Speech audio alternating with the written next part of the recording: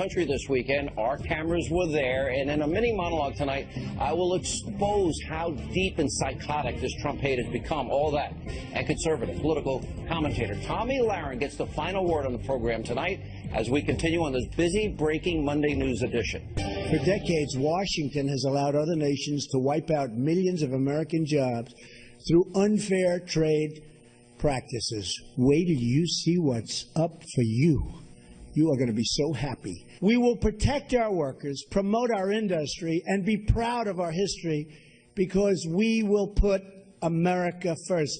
That was the president earlier today at the White House during a Made in America showcase of companies and products from all across this great country of ours. And if GOP lawmakers who beg to be elected, if they want to be successful in 2018, 4 key things they better get moving with some sense of urgency and accomplish by November of next year. I would say by the end of this year.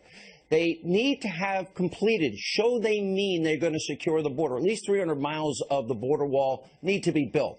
They also have to finance it and have a plan in place for the rest of the wall to be built. Second, Obamacare. I understand Senator McCain's sick. When he gets back, it needs to be repealed, replaced immediately. Third, there needs to be an energy revolution, as Secretary Rick Perry said today, so we create millions of high-paying career jobs in this country. And fourth, we better get that middle class, that corporate tax cut, that multinational corporation repatriation for these companies to invest in America and build factories and manufacturing centers. They don't get that done, they won't deserve re-election, in my opinion. We continue. Former Speaker of the House, Fox News contributor, author of the best-selling book, Understanding Trump. Mr. Speaker, those are add Neil Gorsuch, and you got 5. The president handled the originalist. I would argue if those 4 things are not done, that there is a very strong possibility 2018 could be a shock election for the country. Not good for the Republicans. Well, I think that's right. I think that the left clearly is going to turn out. The left hates Trump. They'll do anything they can to beat him. And the question is, 1, can we have enough energy and drive among our base that they turn out? And 2, can we perform well enough that independents decide that they want to reelect us? And I think this comes down, in a sense, to your list, but also to a deeper sense of, do we represent prosperity, economic growth, higher take-home pay, more jobs, or not? Trump, you just said him, the president, a minute ago, talking about what he wants to do to make America great again. I think that he's in the right general direction. I personally believe they ought to do as much as they can on health care right now, but they shouldn't spend the whole rest of this year on one issue. They have also got to pass, I think, by Thanksgiving and get signed into law by Thanksgiving, a very large tax cut, retroactively designed back to January 1, to make sure that we have enough economic growth in 2018 that Republicans can run as the party of prosperity, of jobs, of higher take-home pay, and of economic growth. And I would say the highest focus ought to be on getting the tax bill through, because if we don't have economic growth next year, I think we're in real danger of having Speaker Nancy Pelosi in 2019. If we do get enough economic growth, I think, frankly, we'll probably get reelected. And I think that's where the millions of energy jobs come into play. I think that's where you're right. I love the tax cuts being retroactive. That'll flood the economy with money and investment opportunities, factories, manufacturing centers, the things we talk about. But I'll take a first step on health care. I'll take health savings accounts opportunities, getting rid of the taxes associated with it. I'll take the opportunity for cooperatives and then getting it better, or just repeal it. If that's all they can do for now, do it. How important, why are you, look, we've been friends for 25 years. I was there emceeing the night you became the Speaker of the House. That's how far we go back, even further. My first interview, I think it was in 1990 with you. And here's my question. You have been urging me to be patient. You were a mere child. Because you have been urging me to be patient. I'm run out of patience with these Republicans. They asked for this opportunity. I agree.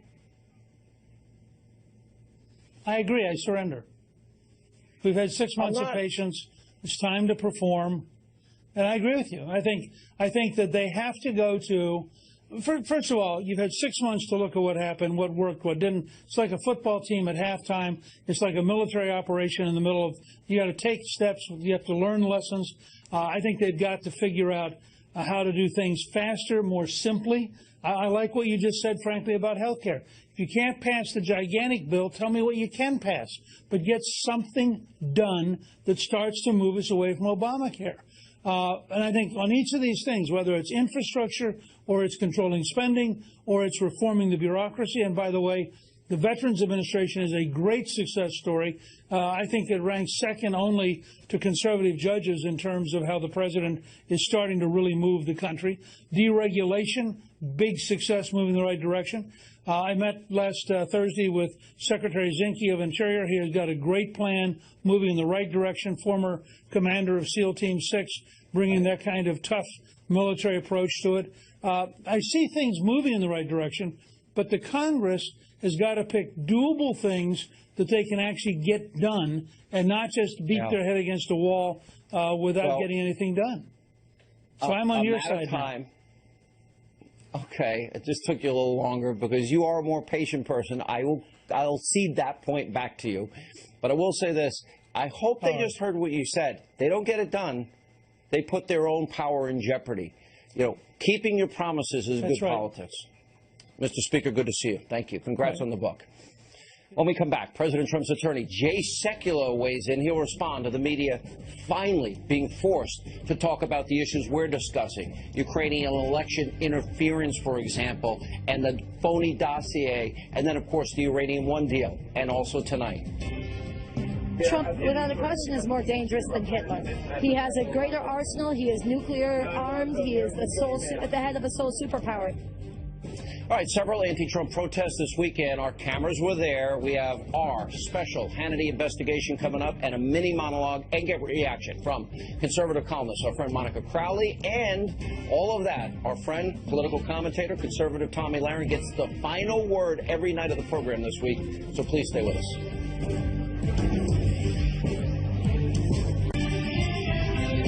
Welcome back to Hannity. So yesterday during an interview, ranking member of the House Intelligence Committee, Democrat Congressman Adam Schiff, said it would be, quote, problematic if Democrats, in fact, colluded with Ukraine during the election.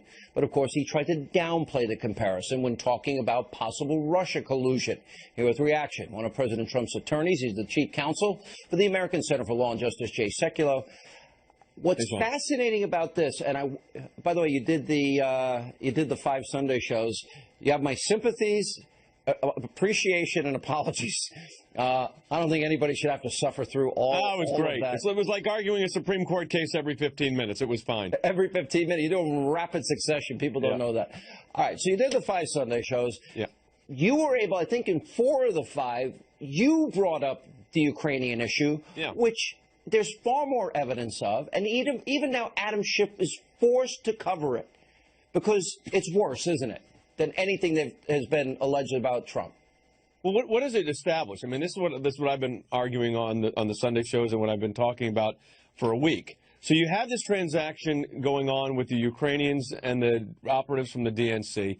It was a major report in Politico, and now, 6 months later, they've got these tepid denials. But 6 months ago when it came out, not so much, right? So the president today, this morning, sends out a statement on Twitter that, political campaigns would have taken opposition research. Well, political campaigns do take opposition research.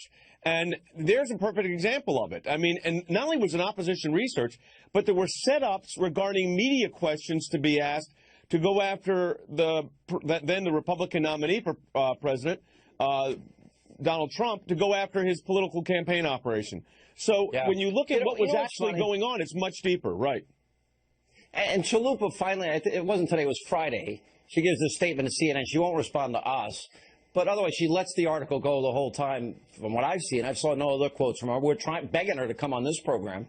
And then you got the Uranium One deal. Then you got the phony dossier where Fusion GPS funding this thing, and it cites Russian operatives with false information. In all of these cases, I can make a strong argument of Russia-Democrat collusion, helping Hillary Clinton collusion. Can you? Well, I mean, you look at the Fusion GPS situation. I mean, there you have, and this is, you've covered this, but most outlets are ignoring this. The individual that was involved in the meeting with Donald Trump Jr., the lawyer from Russia, worked with Fusion GPS and the law firm that was affiliated with it on various matters, including the whole Maginski Act. And remember, when it was discussed about that the substance of the meeting was about adoption, that was in fact what the substance of the meeting ended up being about. So the reality is they may have said it was going to be opposition research, but it ends up being this Maginski Act and the whole issue of Russian adoption, which wasn't even a campaign issue. But take it a step further. Where does draw the lines here? It's not very difficult to see what this is. Everybody's ignoring the fact that this is, politics is a rough and tumble sport. That's the nature of living in a constitutional republic. So for all this, angst that's going on right now, look at what really happens in the real world, and you see this kind of joust going on all the time. Yep.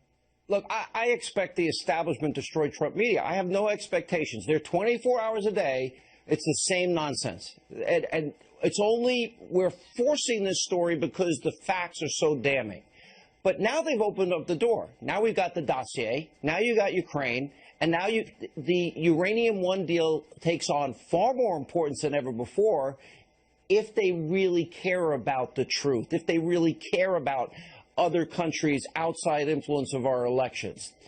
So where are the Republicans demanding and setting up hearings, subpoenas, influencing asking these people questions under oath? Well, here's the reality. Those issues, as you just laid them out, should be part of what's going on in not only in the political discussion, but in the political world we actually live in. So here's what you've got. You've got political operatives that are, operating in the world as they'd like it to be rather than the world as it is. And facts are facts. And, in the law, when the facts are bad, you argue the law. When the law's bad, you argue the facts. I mean, there's all these adages. But here's the reality. When you look at the facts here of what you've just outlined, and which has been on the record for over 6 months now, ask yourself why it's not getting the right coverage or why it's not getting coverage. And here's what it is. As on so many issues, it doesn't fit into the narrative.